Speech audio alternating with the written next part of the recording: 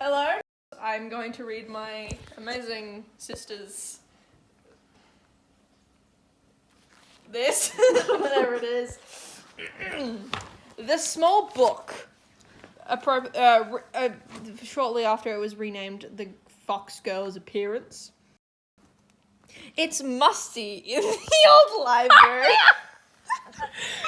Okay, it's musty in the old library. I don't know why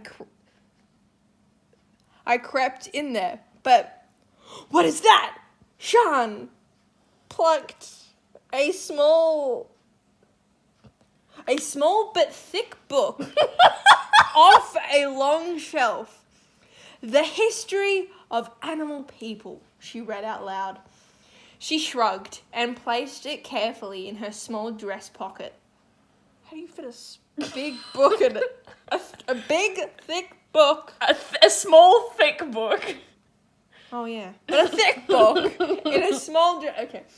She went slowly along the dusty aisles. Suddenly, she leapt onto a creaking shelf. She grabbed a rotting bit of wood and pulled it off the window pane. There was a crash as the big pane gave way and smashed on the cobblestones outside. Shut up. She dropped silently onto the street. Suddenly, men with long, sharp spears surrounded her.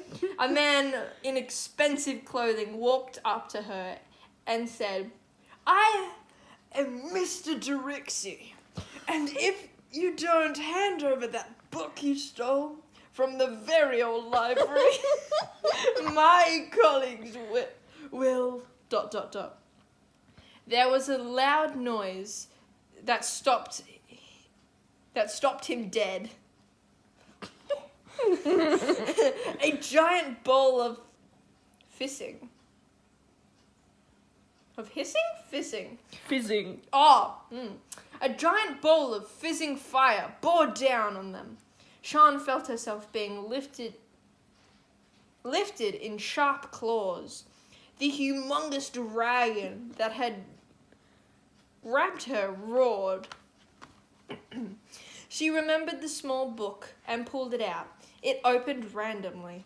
Sean glanced at the page. It read, "Fox People." Then she felt a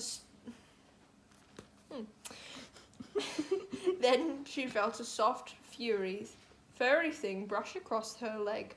She gasped as a foxtail slipped from her dress. Then the world went white. Because we're not racist. When she awoke, two beaming girls were in front of her.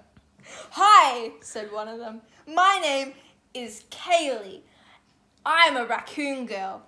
And this is Ari. She's a bird girl." "My name is Sean," said Sean, a little bit chest. We're gonna go with chest. I don't think that's what it says. And you're a fox girl," said Kaylee. Kayla? I think it's Kayla. She changed her name. It ended up becoming Rickayla, so be happy with what you got. Alright, thank you. Kayla, Peter did good to find you. Oh yeah, I forgot her name. The dragon Peter! Peter. Peter! Peter. Peter! The horse!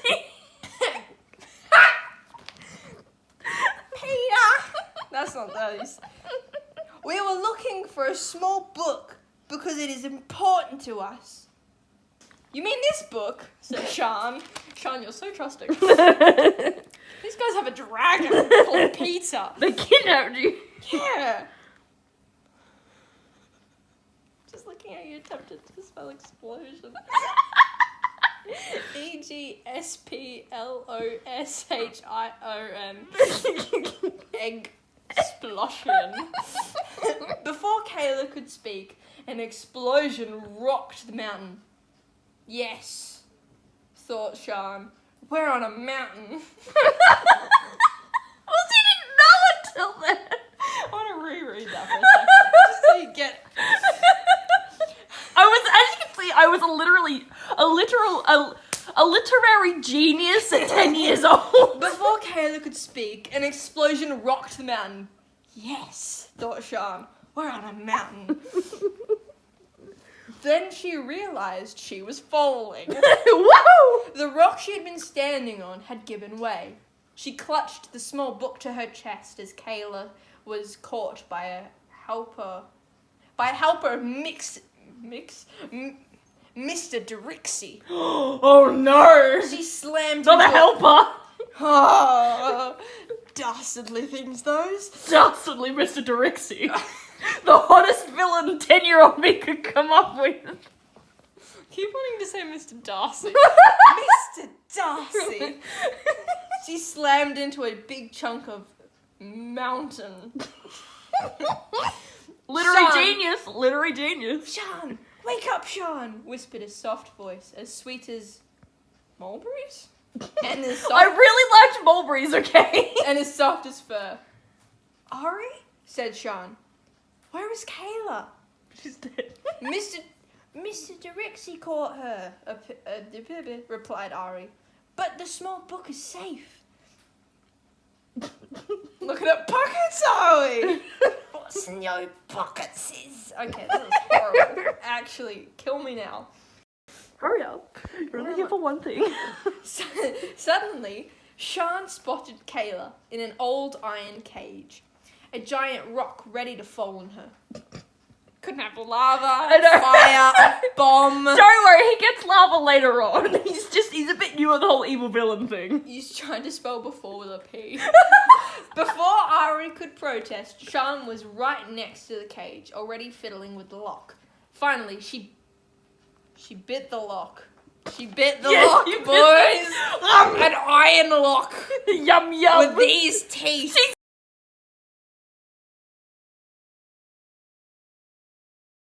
She's a fox girl, it'll be fine. It snapped and the door opened. Kayla ran to the door just as the rock started to fall. Sean pushed Kayla out just as Peter flew by.